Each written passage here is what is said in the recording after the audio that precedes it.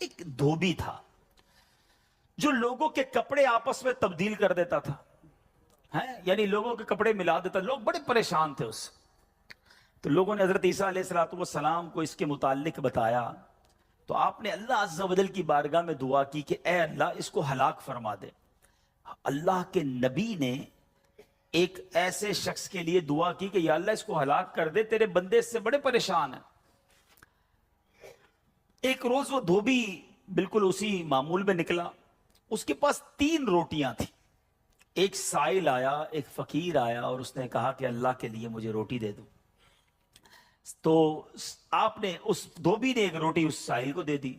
سائل نے دعا دی کہ اللہ تعالیٰ تجھ سے آفات سماویہ کا شر دور کر دے، آسمانی بلاؤں کو دور کر دے. دھوبی بڑا متاثر ہوا، بڑی پیاری دعا دی. ایک اور روٹی بھی دے دی. اس سائل نے دعا دی کہ اللہ تعالیٰ تجھے جملہ آفتوں سے محفوظ رکھے. اس نے تیسری روٹی بھی دے دی. اب اس سائل نے دعا دی اللہ تجھے توبہ کی توفیق عطا فرمائے.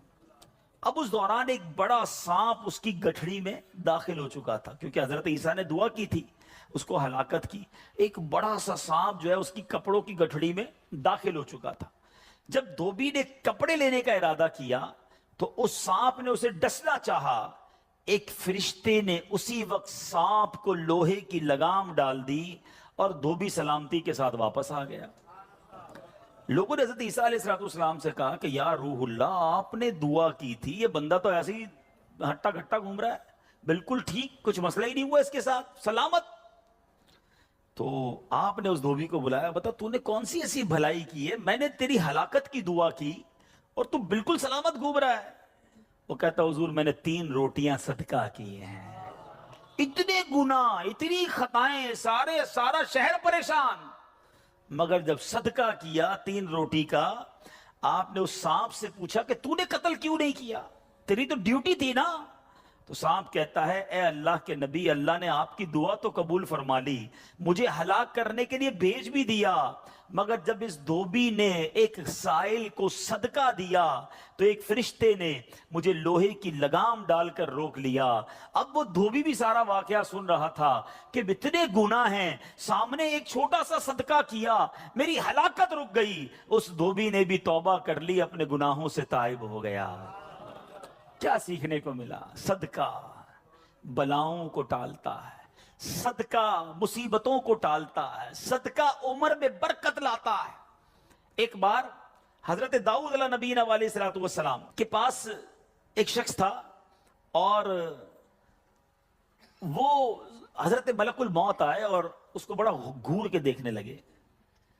تو تھوڑی دیر کے بعد ملک الموت تو چلے گئے. تو آپ نے اس شخص نے کہا کہ حضور یہ کون تھا جو مجھے گھور رہا تھا؟ آپ نے کہا ملک الموت تھے. ملک الموت سے پوچھا کہ تم کیوں گھور رہے تھے؟ کہا کہ یہ بندے کی اب 3 دن زندگی رہ گئی ہے، اب 3 دن کے بعد یہ دنیا سے چلا جائے گا. تھوڑے دن ہوئے تو وہ بندہ گھوم رہا ہے، پھر رہا ہے آپ کے سامنے. ملک الموت آیا، آپ نے کہا تم نے تو کہا تھا 3 دن میں اس کی روح قبض کرنی ہے، تو بالکل ٹھیک ہے، کوئی مسئلہ ہی نہیں. کہا حضور 3 دن ہی باقی تھے، میں نے روح قبض کرنے پہنچنا تھا، جس دن پہنچنا تھا اس دن یہ بندہ گھر سے باہر نکلا. ایک غریب نے صدا لگائی، ایک فقیر نے پکارا، اس نے 20 درہم اس کو دیے.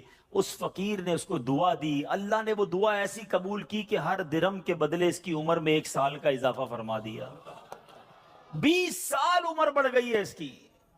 اب ذرا سوچئے میٹھے اسلامی بھائیوں، ایسے کئی واقعات ہیں، کئی باتیں بتا دی جاتی ہیں، کئی باتیں پتہ نہیں ہوتی. ہو سکتا ہے ہماری بھی آخری وقت آنے والا ہو، اللہ نے کسی کی دعا سے بڑھا دیا ہو، ہمارا بھی کوئی برا وقت آنے والا ہو، کوئی اللہ نے نیکی کروا دی، ہم بچ گئے ہوں. تو کرتے رہا کرو نیکی، جچاؤ نہ، دکھاؤ نہ، بتاؤ نہ، کرتے رہا کرو. اللہ کریم ہے، وہ نیکوکاروں کا اجر ضائع نہیں کرتا، وہ ضرور عطا فرماتا ہے. اور کیسے عطا فرماتا ہے؟ ایسے ایسے واقعات ہیں کہ سنیں تو ایمان تازہ ہو جاتا ہے. مثال کے طور پہ حضرت سیدنا حبیب عجمی رحمت اللہ تعالی علیہ کے دروازے پر ایک سائل نے دستک دی. تو آپ کی زوجہ محترمہ جو ہے وہ آٹا گوندھ کے رکھا تھا اور پڑوس سے آگ لینے گئی تھی. پہلے زمانے میں لکڑی وغیرہ آگ کے لیے لینی ہوتی تھی. آٹا گوندا ہوا تیار تھا، آپ نے وہی آٹا اٹھایا اور اس سائل کو دے دیا. آپ کی زوجہ آئیں کہ آٹا کدھر گیا؟ کہ غریب آیا تھا، اس کو ضرورت تھی، میں نے گندا ہوا آٹا دے دیا. بولے بہت اچھا کیا، مگر ہم نے بھی تو کھانا ہے نا، ہمارے لیے تو کچھ نہیں چھوڑا، آپ نے سارا ہی دے دیا. اب تھوڑی دیر ہوئی تو کیا ہوتا ہے کہ دروازے پر دستک ہوتی ہے. ایک بندہ ایک بہت بڑا تھال لے کر پکی ہوئی روٹیاں بھی لاتا ہے اور سالن بھی لاتا ہے. آپ اپنی زوجہ سے کہتے ہیں دیکھ لو، دیا آٹا تھا، روٹیاں بھی پکے آ گئی، ساتھ سالن بھی آ گیا ہے. تو یہ بلیف ہوتا تھا، اللہ والوں کا یقین ہوتا تھا کہ یہ خرچ کیا ہے، یہ ملنا ہی ملنا ہے. اللہ کرے کہ ہم اللہ کی راہ میں بس خرچ کرنے والے، صدقہ دینے والے، اللہ کی راہ میں دل کھول کر خرچ کرنے والے بن جائیں. ڈھونڈیے آپ کے پڑوس میں کوئی پریشان ہوگا، تلاش کیجئے آپ کے رشتہ داروں میں کوئی غریب پریشان ہوگا، آپ کے دوستوں میں پریشان ہوگا. اچھا ایک اور بات بتاؤں، جو واقعی صحیح معنوں میں سفید پوش ہوتے ہیں نا، وہ بولتے نہیں ہیں کسی کو. آپ کہیں گے یار کسی دوست نے تو کچھ مدد مانگی نہیں ہے، رشتہ دار تو کوئی آیا ہی نہیں گھر پہ، پڑوسی نے تو کبھی کچھ نہیں کہا. وہ کہیں گے نہیں. آپ ڈھونڈیے، تلاش کیجئے. جنت میں گھر چاہیے نا. مثال دیتا ہوں، آپ کو کوئی یہ کہے کہ جناب کسی پریشان حال کو ڈھونڈ کر 1000 روپے دو اور اس کے بعد فلاں بینک سے 1,00,000 روپے لے لو، تو پھر پریشان حال فوراً مل جائے گا. سیدھا سیدھا ابھی ڈھونڈتا ہوں جناب 1,000 کیوں، 2,000 دوں گا تو 2,00,000 نہیں ملیں گے. تو بندہ یہ کہے گا نا. تو آپ کو سامنے نفع نظر آئے تو سب پریشان حال بھی مل جائے گا. اللہ کے بندوں، جنت میں محل کا وعدہ ہے، ڈھونڈیے نا. آپ کے غریب رشتہ دار پریشان ہوں گے، کسی کی بچی کی شادی ہونے والی ہوگی، کوئی بیچارہ گھر میں اچھا کھانا نہیں کھاتا ہوگا، چلے جائیں اس کے گھر اور اس کی کچھ مدد کر کے آئیں. اور ایک اور بات بھی بتا دوں، بعض اوقات جب یہ پریشان حالوں کی پریشانیاں دور کرنے کی بات ہوتی ہے نا، تو بندہ سمجھتا ہے یار یہ پیسے سے ہی دور ہوگی، میں تو ہوں ہی غریب. تو یہ بھی نہیں ہے.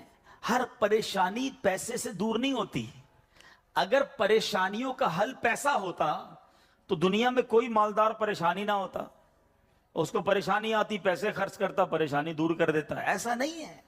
ہر پریشانی کا مداوا، ہر پریشانی کا سولوشن پیسہ نہیں ہے. آپ کو یہ نہیں کہا گیا کہ جو مالی مدد کرے گا اسے جنت میں محل دیا جائے گا. جو کسی مسلمان کی پریشانی دور کرے، بعض اوقات حوصلہ دینے سے پریشانی دور ہو جاتی ہے، ہمت دلانے سے پریشانی دور ہو جاتی ہے. یار گھبرانا نہیں، میں تمہارے ساتھ ہوں، ٹینشن مت لینا، میں بیٹھا ہوں. بیمار ہے، اس کے گھر چلے گئے، تھوڑی دیر اس کے ساتھ بیٹھے، اسے ڈاکٹر کے پاس لے گئے. کسی کا بیچارے کا کوئی معاملہ ہے تو ساتھ جا کر وہ معاملہ حل کروا دیا. یہ کبھی کبھی کچھ اچھے میٹھے بول بھی پریشانی دور کر دیتے ہیں. لیکن ہمیں اچھے بول بھی تو آنے چاہیے، مسکرانا بھی تو آنا چاہیے، حوصلہ دینے بھی تو آنا چاہیے. سیدی اعلیٰ حضرت امام اہل سنت کمال کی بات لکھتے ہیں. آپ فرماتے ہیں شربت نہ دیں نہ دیں، کریں بات لطف سے. شربت نہیں پلانا، نہ پلاؤ، اچھی بات تو کر لو یار. شربت نہ دے نہ دے، کرے بات لطف سے. یہ شہد ہو تو پھر کسے پرواہ شکر کی ہے. بعض اوقات مسکرا کر مل لینا بندے کے دکھ دور کر دیتا ہے. چند اچھی باتیں. ہمیں آ کر کوئی کہتا نا یار بڑی بیمار ہوں، پریشان ہوں، اچھا چلو ٹھیک ہے یار اب کل سے ٹائم پہ آ جانا. ارے اللہ کے بندے، اس نے اپنی پریشانی بتائیے، تھوڑا اس سے ہمدردی تو کریں. اچھا کیا ہو گیا، خیر تو ہے، کیسے بیمار ہو گئے، ڈاکٹر کو دکھایا کہ نہیں، میری ضرورت ہے تو بتائیں، کوئی کام ہو تو بتائیں. آپ نے پیسے دیے ان 5 جملوں میں؟ نہیں دیے نا، مگر کیا بتاؤ اس کا درد کم نہیں ہو گیا ہوگا، اس کو حوصلہ نہیں مل گیا ہوگا. یاد رکھو میٹھے اسلامی بھائی، یہ جو الفاظ ہیں نا، ہماری باتیں ہیں، یہ الفاظ زخم پر مرہم کا کام بھی کرتے ہیں اور یہی الفاظ زخم پر نمک کا کام بھی کرتے ہیں. ہم بعض اوقات کسی کے زخموں پر نمک چھڑک دیتے ہیں. وہ پریشان ہے، تکلیف میں ہے، مصیبت میں ہے، اور اس کو ایسا جملہ کہہ دیتے ہیں کہ اس کی پریشانی بہت بڑھ جاتی ہے. اور کبھی کبھی چند اچھے جملے انسان کا غم بھلا دیتا ہے. اللہ کے واسطے اچھا بولنا سیکھیے، نرم ہو جائیے، شفیق ہو جائیے. مثال کے طور پہ کوئی بندہ آیا کہ یار اسکوٹر کا ایکسیڈنٹ ہو گیا، اور میں نے تو پہلے ہی پتا تھا تیرا ایکسیڈنٹ ہونا ہے، تو چلاتا ہی صحیح نہیں ہے، پہلے ہی تیزی سے چلاتا ہے. کیوں چلاتا ہے اسکوٹر جب چلانے نہیں آتی؟ اب بتاؤ بندہ کہ یار ایکسیڈنٹ بھی ہوا، اس کے باتیں بھی سنوں میں، تو یہ زخم پر نمک ہو گیا نا. آپ یہ باتیں بعد میں سمجھا لینا کہ یار تیز مت چلایا کرو، مگر ابھی تو حوصلہ دیں، ابھی تو بیچارے کی طبیعت پوچھیں، ابھی تو اس کی پریشانی دور کریں. تو ایسی بہت ساری مثالیں ہیں کہ جب بھی ہمارے پاس کوئی پریشان حال آئے نا، تو اسے اچھی بات کریں، حوصلہ دیں، پریشانی دور کریں. تو انشاءاللہ میں بھی کوشش کرتا ہوں آپ بھی کوشش کریں کہ انشاءاللہ رجب میں ضرور کسی کی پریشانی دور کریں گے انشاءاللہ۔ اب یہ سینکڑوں اسلامی بھائی یہاں بیٹھے ہیں، ہم سب ایک ایک کی پریشانی دور کریں گے تو ہزاروں مسلمانوں کی پریشانیاں دور ہو جائیں گی نا۔